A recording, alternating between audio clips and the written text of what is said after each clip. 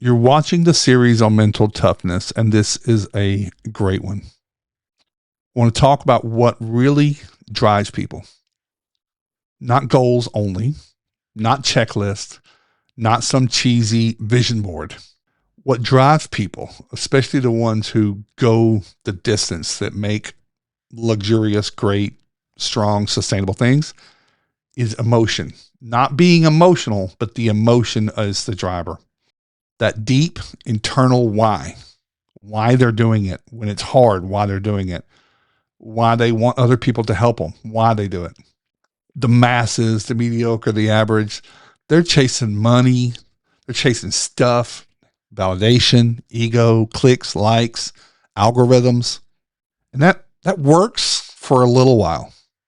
But I think anyone will tell you it doesn't work long term.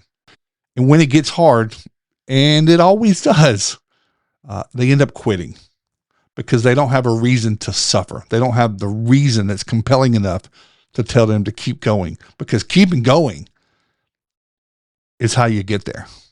Because it won't be tough every time. Be tough because you didn't learn something. Champions do that. World class.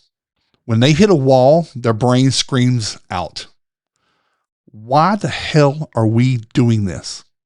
But they've already got the answer locked in. They're ready to answer that question. They don't run from the pain. They don't run from the fear. They don't shrink away from the risk. They actually use it. The world class use those things because their reason, their why, it's not just a number or a trophy. It's something deeper, something more personal, something emotional, something they'd fight for. And in some cases, they'd even die for.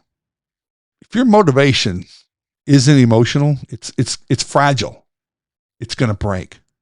The rah-rah speeches and the motivational videos, McConaughey and Tom Hardy and whoever else that you might follow, Grant Cardone, they're great instantly, but they won't carry you through the hard stuff.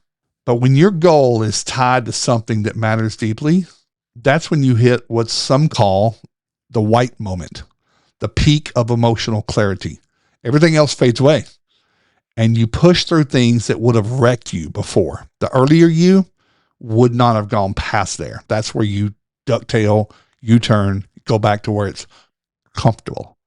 So here comes the real question. What would you bleed for? What would you fight for even when you're broke, you're tired, and nobody will ever see what you're doing? What's important at that point, at that crossroads? That's the level you've got to tap into as often as possible, always if you can.